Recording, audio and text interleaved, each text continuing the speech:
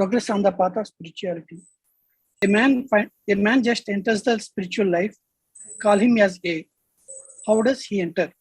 He enters by hearing about the supremacy of a certain personality. A finds B as greater personality who can view his destiny. He now begins to love B. After some time, his love becomes greater and greater. That means he holds B as a supernatural being. When he improves in love, he hatches an idea in his brain holding that personality in much veneration. When this is the case, A treats B as God and forms, on account of intense love, his image in his own heart. He does not want to be away from the thought for even a moment. He craves the great personality in his heart. In other words, he keeps his ideal safe in his bosom. What torments him much is B's funny play just as a child when he grows old, hides himself under the clothes of his mother and tells her to seek him. Suppose the child's mother has no covering, where then will the child hide himself? A is meditating on B, and the cover comes in itself and the image seems hidden. Where does this covering come from? It is the wheel of his own thought which has kept him aloof from his great master, the Almighty. Suppose he does not see his master under the covering. He must not feel vexed. Why so? Because his master named B is within this covering and in him in some form or other. Suppose he does not see his master within his form, he must not be perplexed. Broadly speaking, he is everywhere, but since he cannot see his presence everywhere, he made him limited in his own form for the sake of concentration. If he thinks his master is seated within, that completes the idea of his presence. That means he has got the idea of his master rooted deep in his heart. Very ridiculous it is. He seeks his master where he has given him his place. Suppose he prays to his master to be seated on the plank of his heart, and if his prayer is heard and answered in words spoken by his master at his call, I change, but I cannot die. The idea will be totally correct, so to say. The idea should remain as it is. Form may be changed, it matters little. Let me pass.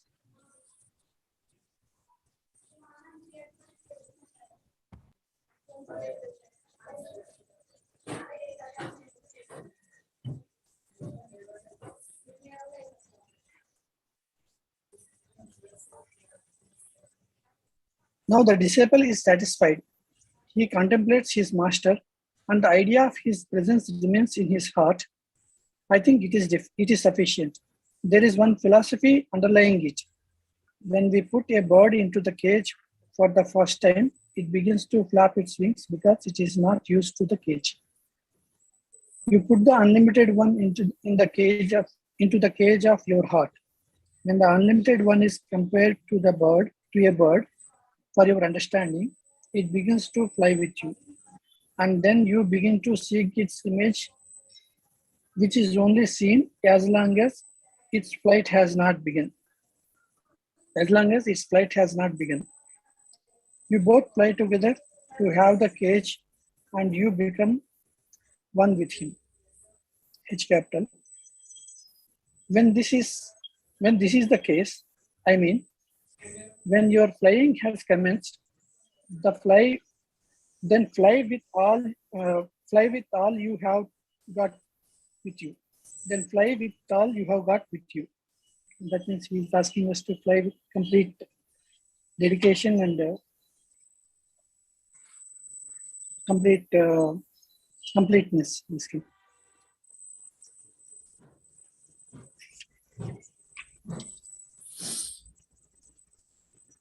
If A begins his work dedicating all to his master, imagine what good will it be in the long run. He does everything for his master. Nay, he does everything thinking that his master is himself doing it and must think because both are flying together. A, really speaking, gave life to his supposition and the object became animate.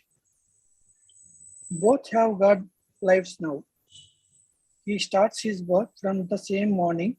He performs his daily ablution, thinking that his master is doing all this. He breaks his fast, thinking that his master is doing it. He goes to the office and does the office business, thinking that his master is doing the same. Or, in other words, he himself is doing it. Now he returns from office.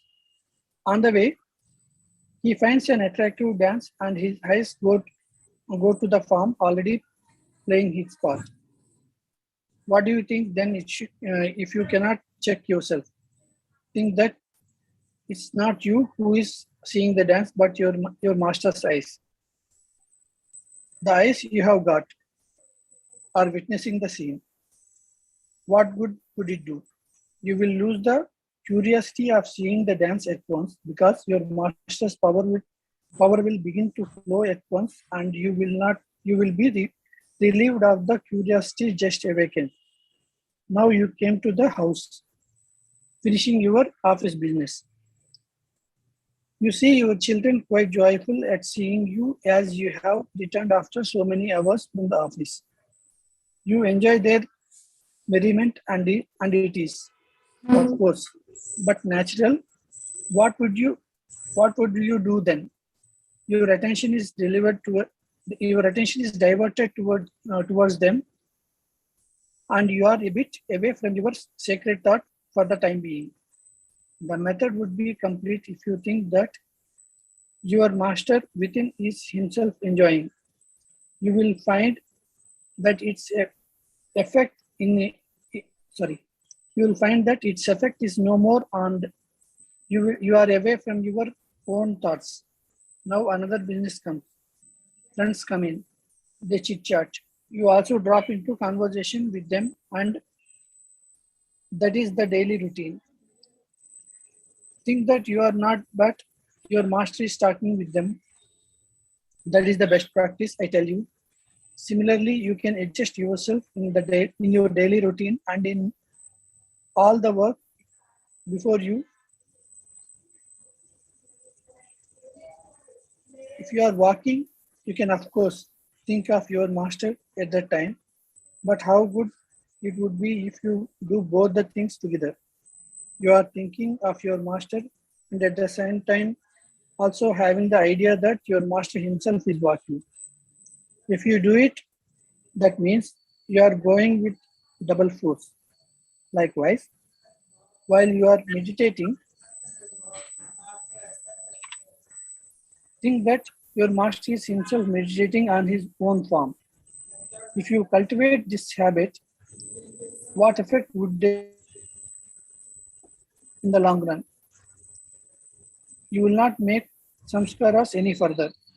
That means that the progress tend to create things for future bhoga is now stopped.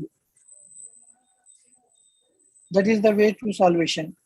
But our ideal is something higher than that. We want to release ourselves from the endless circle of rebirth, which comes after. This method ultimately will lead you to non-entity. Do this and feel its effect. Very shortly, it will come.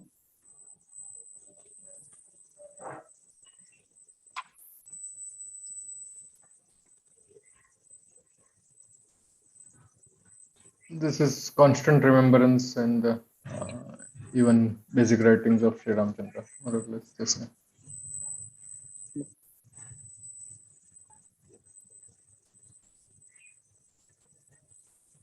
Essentially, the idea is driven on why we are supposed to meditate in the heart and feeling the presence of divinity there, so that it's like a bird in the cage, and when it tries to fly up, you also fly up along with it. So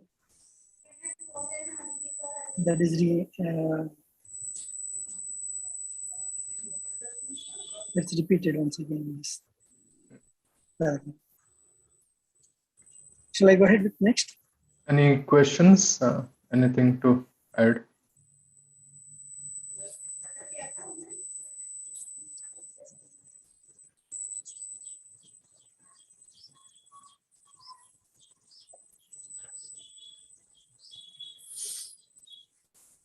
Yeah, let's go ahead. Self-dissolution. Self-dissolution is the only way for securing complete success. One must go on persistently with it. Love and devotion are of course the essential features thereof. One, having dissolved one's own self, embarks upon an eternal existence, the real life worth having and very object of life. This is attainable more easily during the lifetime of the master, because his power remains aflow all the time during his life. After that, as they say, it is not the caliber of every moth to burn itself in a dead flame.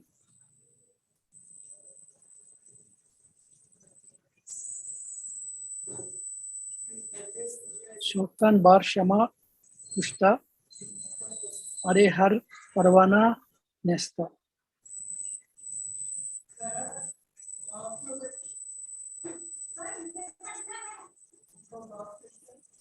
I think earlier we discussed that it is for us to now knock hardly at the door of the master to seek his attention, and the only way is to is through assiduous sadhana and constant remembrance. That's what one of I could recollect in one of the earlier book reading sessions we discussed about this point.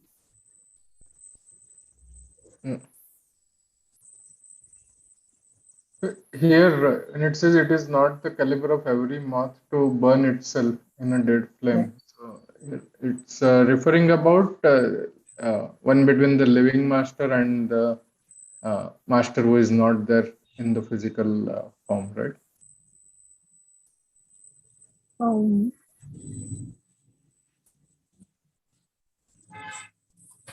I think it was earlier clarified that right now, when master is available, his force is going all through taking care of everyone.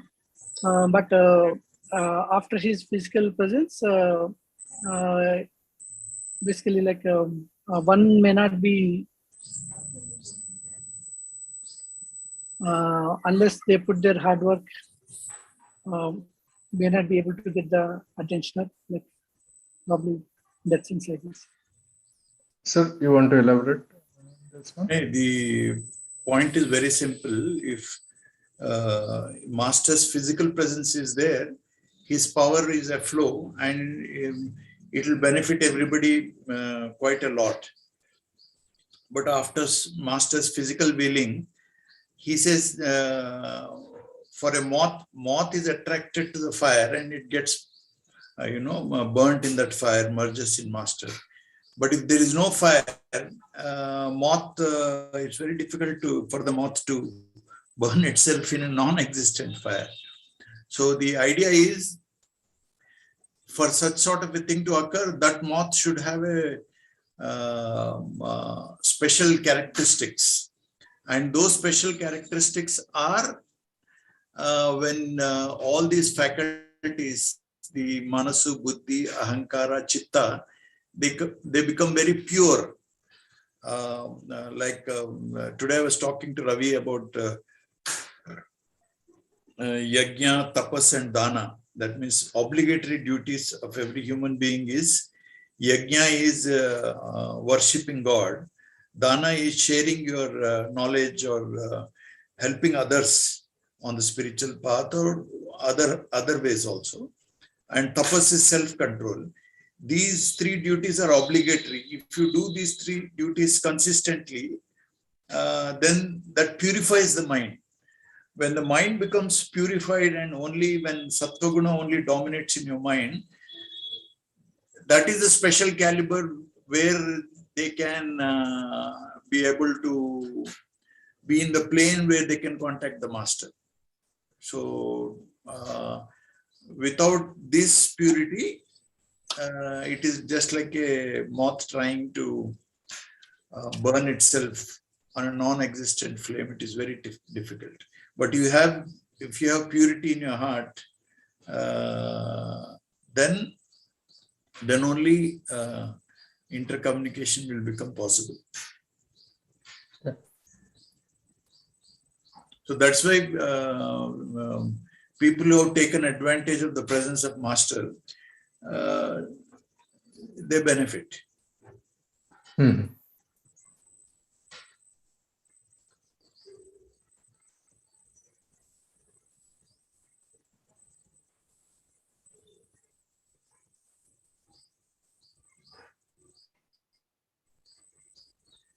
Shall I continue?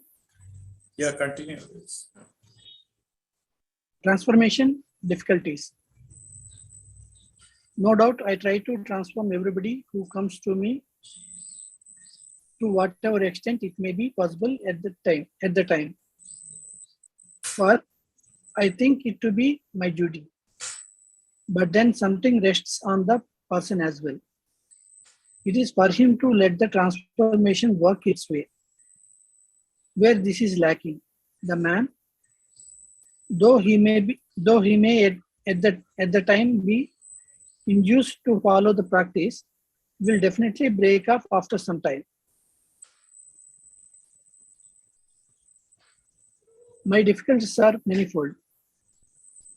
I have to take everything upon myself, that is, to discuss and convince, to create craving and constancy, to mold and transform, and finally to keep them firm upon the path. But I do not grudge it provided full cooperation is forthcoming from the other side.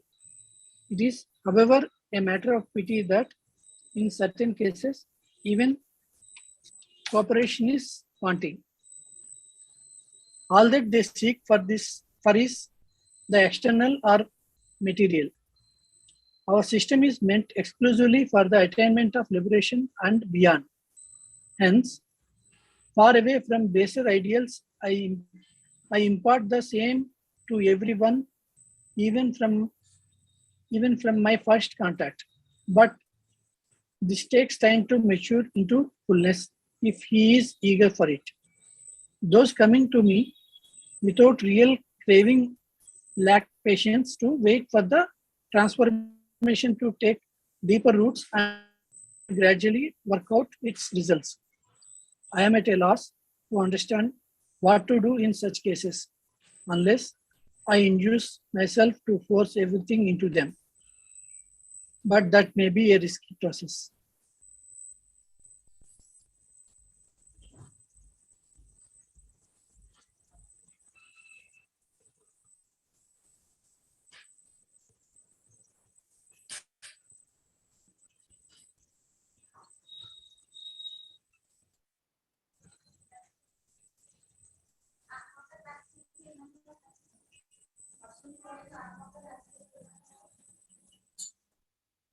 Shall I go ahead? Yeah. Debt of the master. Really speaking, everyone has to repay 3 debts. You are, however, repaying these debts. Brother, I would like to substitute the words debt of the master for debt of the rishis, Rishirina. I want to repay this debt, and it would be possible only when I can prepare a person just as my master has prepared me. but the repayment of even that is really in the hands of my master alone.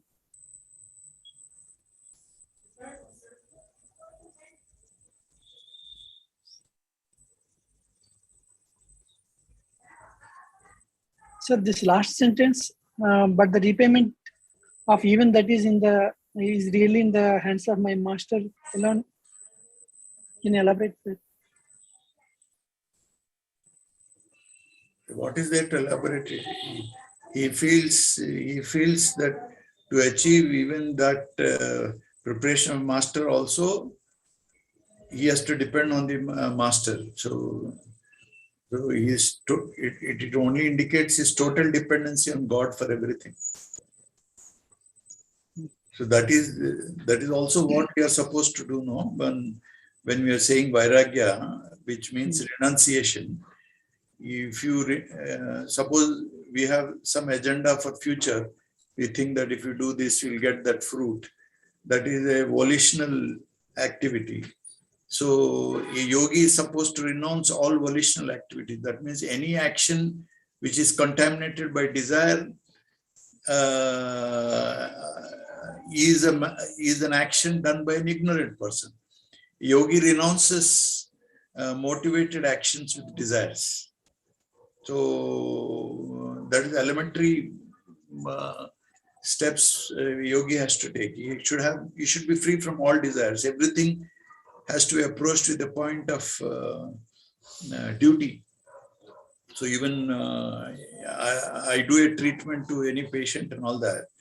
I do it as a duty. Suppose I have a desire that I should, because I am doing the operation should be successful, or the patient should become better. That is a desire. But then you dedicate it and do it, and leave the result to God. That means karma phala tyaga. That means you don't renounce the desires also. That is the stance which we have to cultivate. So it only is reflecting his state of mind, even for that everything. We have to copy that, no?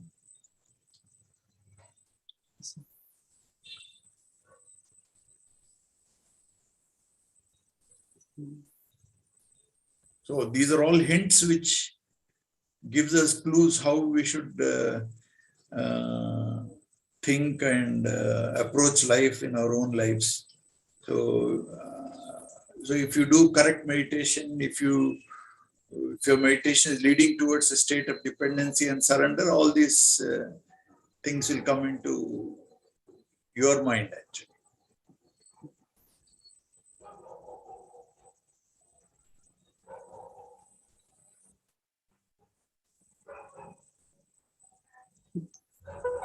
Shall I continue it next up? Yeah, next. Real seeker. I give only the real hira, diamond, which can be tested only by a jeweler. If a dealer in glass cannot know the diamond's value, it is not the fault of the diamond. There is a Persian verse which says, if a bat cannot see the sun in the daytime, it is not due to any fault of the sun. If many others are benefited by the same thing and one particular person is not benefited, it is due to his own fault. If anybody comes to you as a disciple and seeker, he shall never remain unbenefited.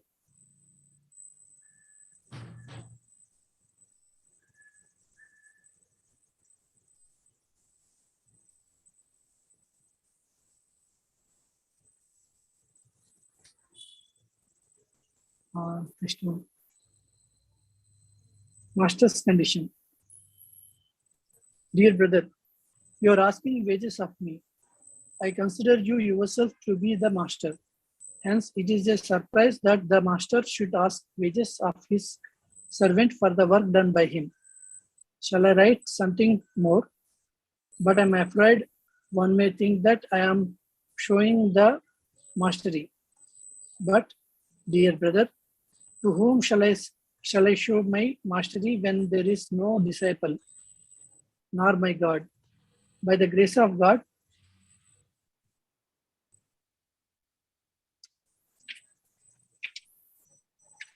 I am almost always in the state of negation, where there is neither myself nor my God.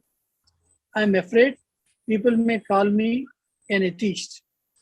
I have already broken away the atheism, and this is due to the blessings of my master.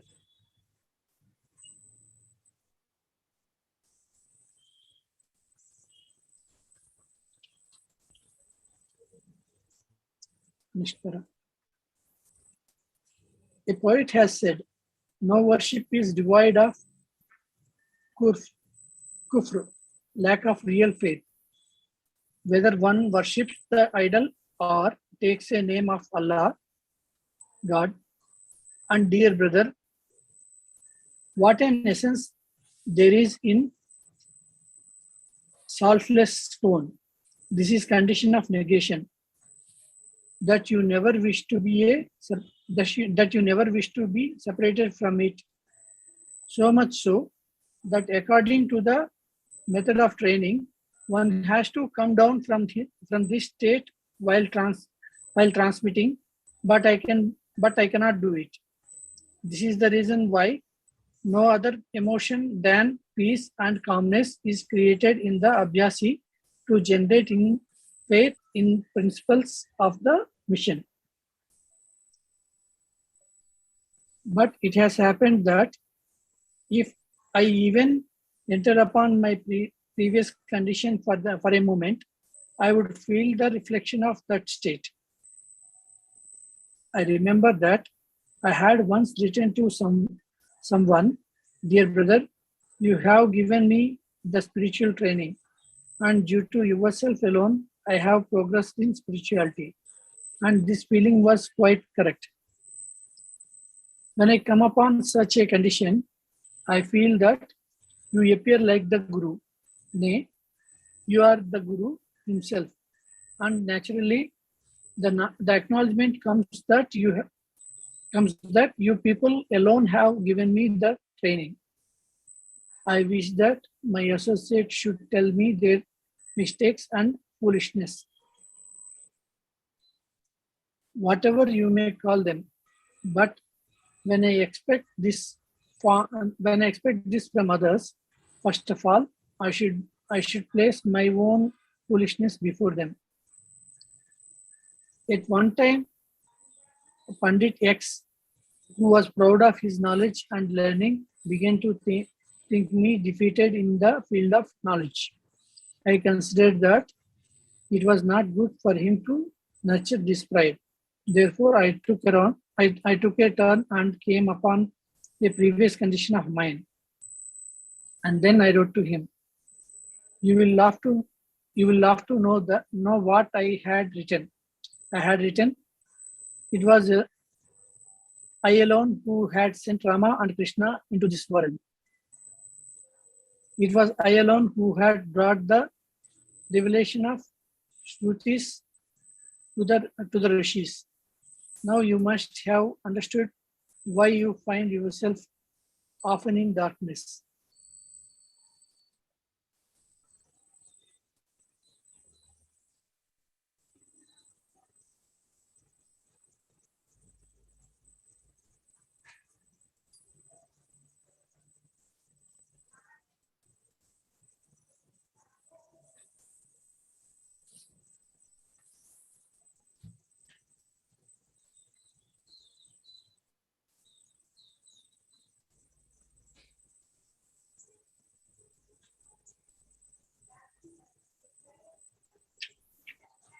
So here this is like there is no start, there is no beginning, there is no end, or everything is merged, right?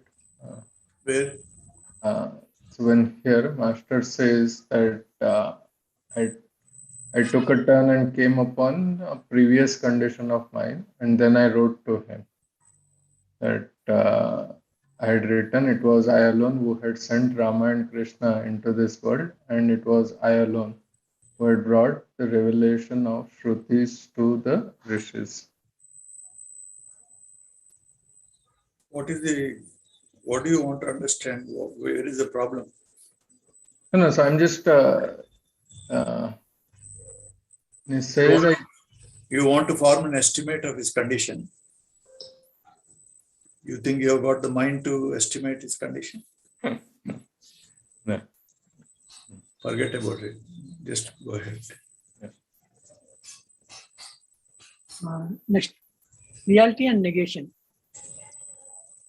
Sri X had sent me a telegram to Tirupati to do transformation, which I received at Allahabad. I am sorry that I could not do his transformation by telegram, but it definitely indicates his restlessness to retain God in the path of spirituality, which is good. I have now replied to it 2 days back, and by writing some logic in it, I have shown candle light to the sun. But brother, he is a very good man, and he has started to love also. But dear brother, what shall I do? There is no juice remaining in the bones of this humble being. Possibly, people may not like me due to this. Now, should I start looking at my own face in the mirror so that I may be pleased by seeing myself? But I am afraid that if I do it, I may find my own image non-existing therein. Although I am sure that something existent may be found even in non-existence. Yes, this is really certain, because reality is found only in negation.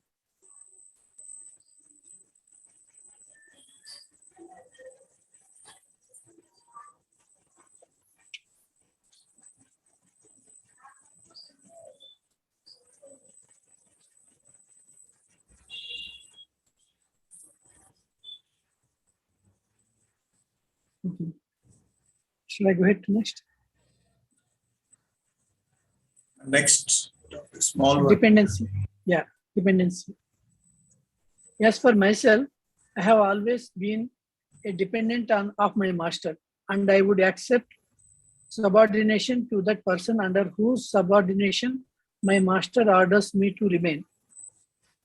Through this dependency alone, I have been able to develop such willpower, which is but my master's gift, that I can prepare thousands of persons for spiritual training within a second. We'll stop here. Next week we'll read.